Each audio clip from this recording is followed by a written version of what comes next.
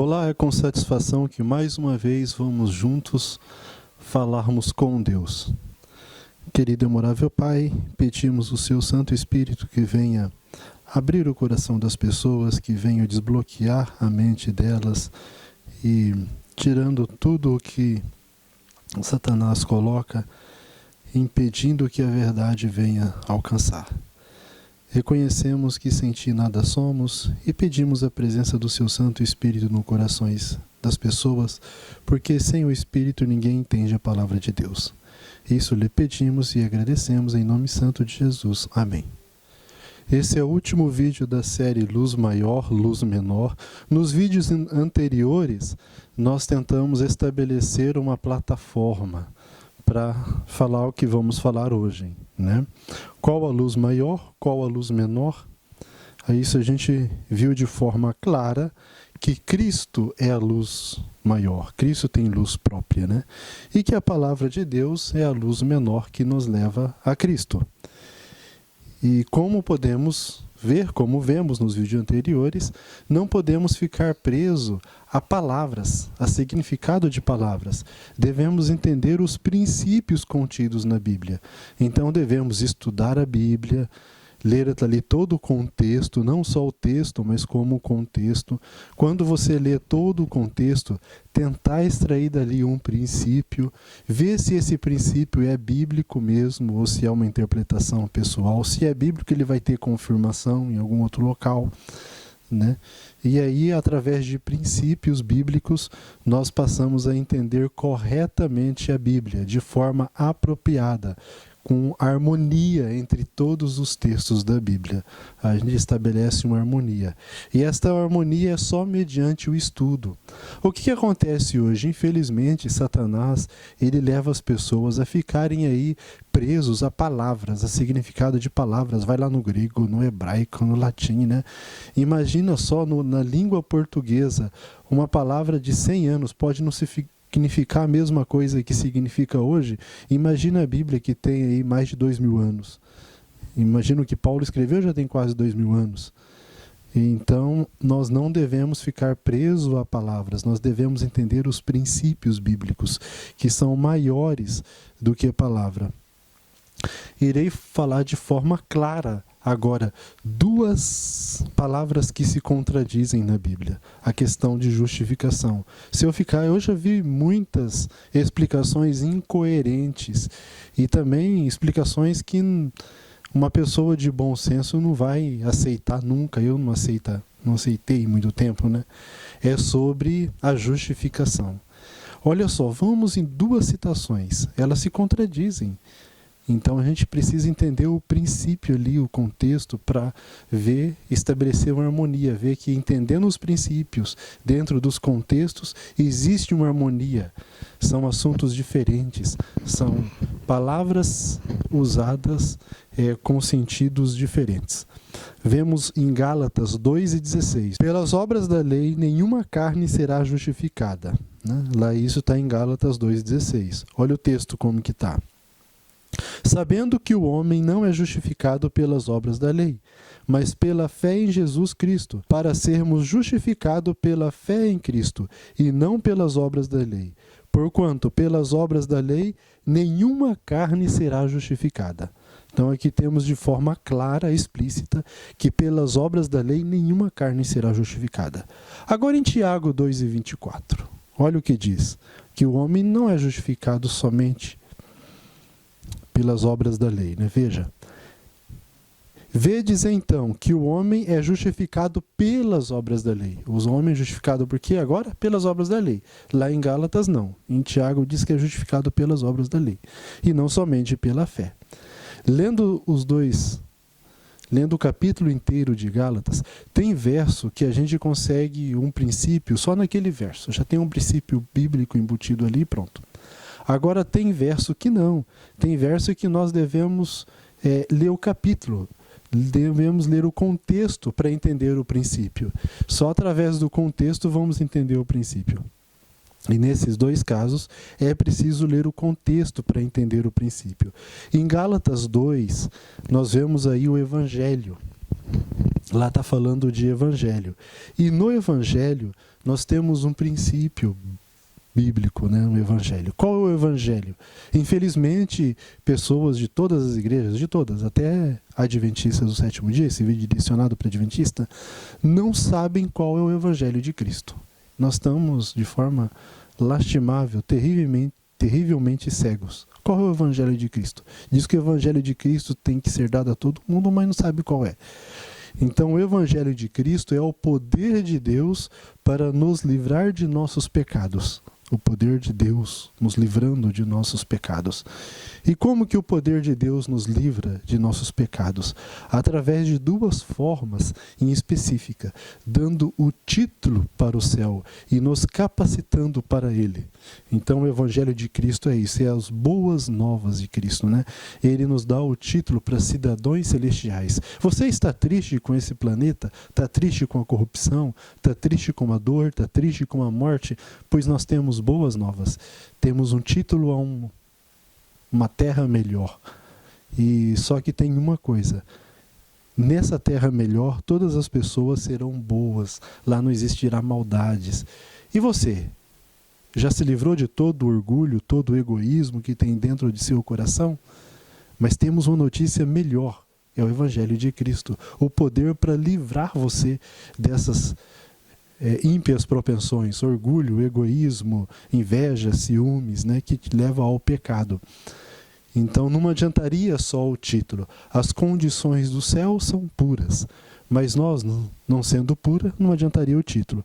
Então isso é as boas novas. Gálatas está falando de méritos. Ninguém é justificado por méritos próprios. O mérito é de Cristo. Cristo nos dá o título. E só o título não adiantaria. Ele ainda nos capacita. Ele ainda nos transforma. Esse é o Evangelho de Cristo. Em Tiago não está falando de Evangelho. Tiago já está falando de outra coisa chamada critérios, né? Um aluno, para estudar, não basta pagar a faculdade dele, matricular no curso e ficar de braço cruzado e no final do ano querer o diploma. Não. Um aluno tem que cumprir os critérios, ele tem que estudar e tem que passar nas provas. Então, em Tiago, está ali falando de critérios. Imagine um grande empresário te dar o cargo de administrador de uma das empresas multinacionais dele, né? Imagine que você não está capacitado para isso, nem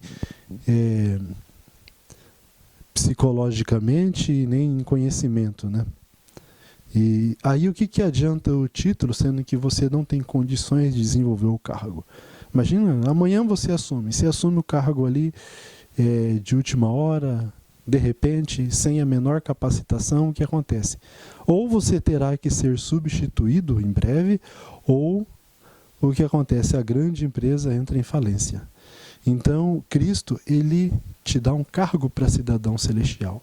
Nenhum ser humano naturalmente é capacitado para esse cargo. Só que ele estabeleceu condições. Ele agora está nos treinando, está dando um tempo de graça, né, para que o nosso caráter seja purificado, seja aperfeiçoado para ser cidadãos celestiais. Aí agora imagina um diretor de uma multinacional falar, olha, daqui tantos anos, 5 anos, você vai ser diretor dessa empresa, vou te preparar para isso.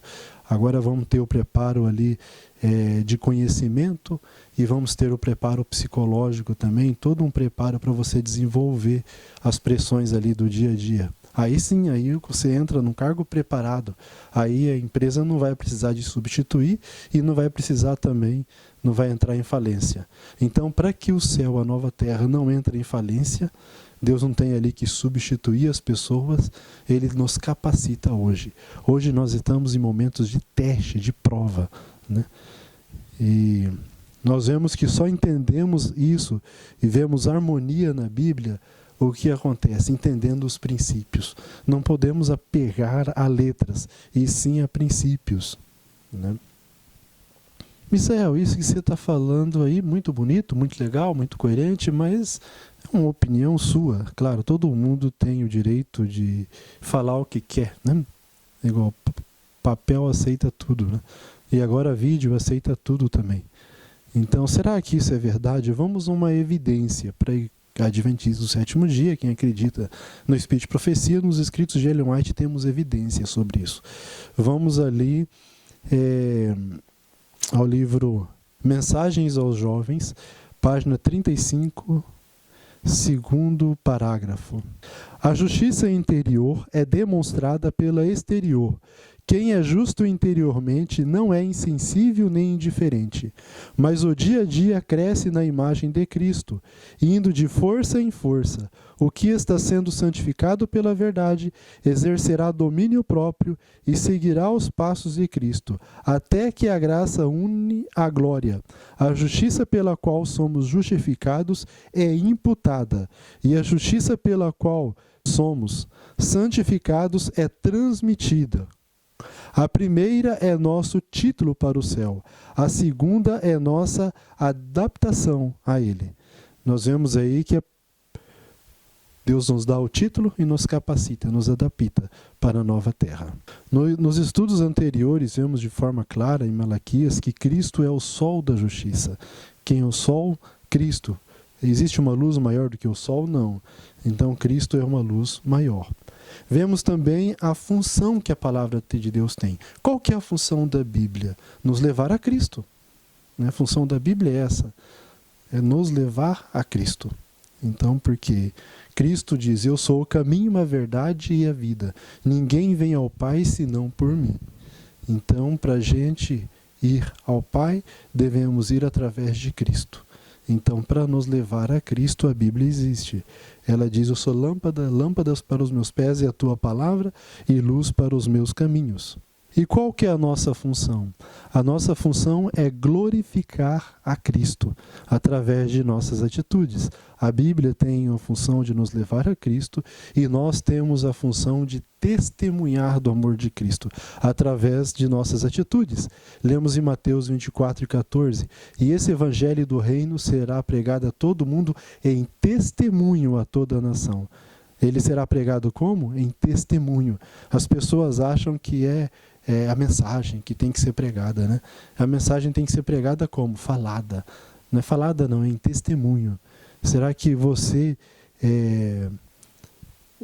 o que você fala tem harmonia com o que você vive? E imagina só, porque Ellen White é uma mulher, é agora, né, do século XIX, então ela é menos importante que Moisés, imagina, do que João Batista, do que Isaías, do que João, do que Paulo, né? Deus não faz exceção de pessoas. Para Deus todos é iguais. Então não teria o maior sentido de qualquer forma falar assim, os escritos de Ellen White não servem como parâmetro para mim, adventista, o sétimo dia hoje. Serve sim, porque Deus não faz exceção de pessoas. Se a gente acredita que eles foram inspirados por Deus, ele é tão importante quanto a Bíblia, a palavra de Deus, né? Ele é a palavra de Deus também. Vemos aí que em Gálatas 3:28, que Deus não faz exceção de pessoas. Não há judeu nem grego, não há servo nem livre, não há macho nem fêmea, porque todos vós sois um em Cristo Jesus. Se Deus não faz exceção de pessoas, nós vemos que não existe uma diferença, relação de importância, grau de importância ou de seriedade entre a Bíblia e o Espírito de profecia. Quando Ellen White diz sobre luz maior, eu nunca vi, alguém pode me mostrar, estou procurando, Ellen White falando que os seus escritos é luz menor e a Bíblia é luz maior. Nunca vi. Não achei isso relatado.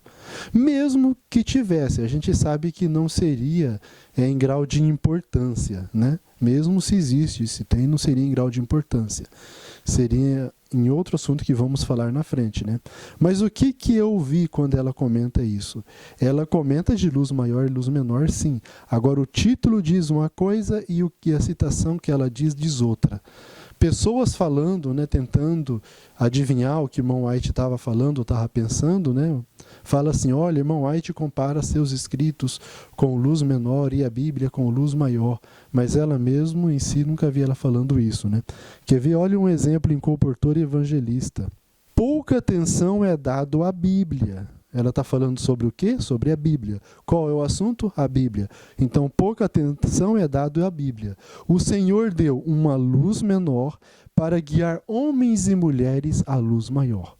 Então, ela está falando que pouca atenção é dada à Bíblia. E o Senhor deu uma luz menor para guiar os povos à luz maior. A luz maior é Cristo. Né? Então, o que acontece? Aí o título está a comparação que Ellen White fez entre seus escritos e a Bíblia. Na verdade, ele não encaixa com os princípios bíblicos, porque na Bíblia não temos relato de que é luz maior a Bíblia. Muito pelo contrário, né? A Bíblia tem a função de nos levar a Cristo. Mas mesmo que tivesse escrito assim, o que acontece? Isaías, por exemplo, né? E tudo que Isaías falava na época que Isaías era vivo, o que as pessoas tinham que falar? Aceitar o que Isaías estava falando assim, sem mais? Não, é inspirado por Deus e pronto? Não. Examinais as Escrituras, porque cuidais ter nela a vida eterna. Esse é um princípio. Então as pessoas na época de Isaías tinham que pegar o que Isaías estava falando e confirmar com o que Moisés tinha escrevido no Torá, né? No Pentateuco lá, nos 5 livros dele.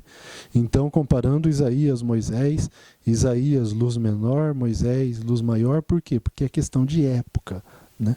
Não que tinha menos importância os escritos de Isaías do que o de Moisés. Não, jamais. Em sua época, Paulo, em sua época, se for falar assim, ele poderia ser considerado luz menor. Por quê? Porque tudo que Paulo falava, as pessoas que estavam vivas na época de Paulo, elas tinham que comparar o que Paulo falou com o resto das Escrituras. Nenhum profeta tem a liberdade de contradizer os princípios que os outros falaram ou que Deus falou através dos outros. Já que o Espírito é o mesmo, como que vai contradizer? Então serve para nós, para eles não. Por quê? Porque eles são inspirados por Deus. Agora, para nós, sim. Será que esse profeta é verdadeiro? Ele contradiz alguma coisa do que a Bíblia fala? Então hoje, se alguma pessoa está pregando, você tem que confirmar.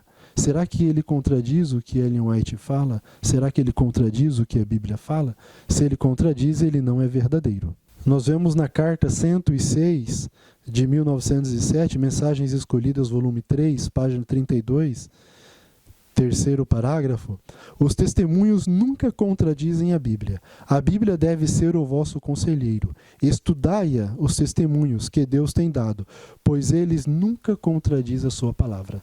Então, os testemunhos, a Bíblia, nunca, os espíritos de profecia, nunca contradiz a Bíblia. Um palestrante, um pastor, eu, por exemplo, um palestrante ou um pastor, um padre, sei lá o que, nunca é autoridade em assuntos religiosos. Existe um equívoco muito grande. Você é pedreiro, você é autoridade naquela profissão que você faz. Você é médico, você é autoridade em medicina. Eu sou pastor, eu sou autoridade espiritual. Isso está completamente errado. A única autoridade em questão espiritual é um profeta. Um palestrante não. Qual que é a diferença entre um pastor, um palestrante, entre um profeta? Qual que é a diferença? Né? Vamos ler aqui Mensagens Escolhidas, volume 1, página 29, terceiro parágrafo. Nestas cartas que escrevo, nos testemunhos que dou, estou-vos apresentando aquilo que o Senhor tem apresentado. Não escrevo nenhum artigo expressando meramente minhas próprias ideias.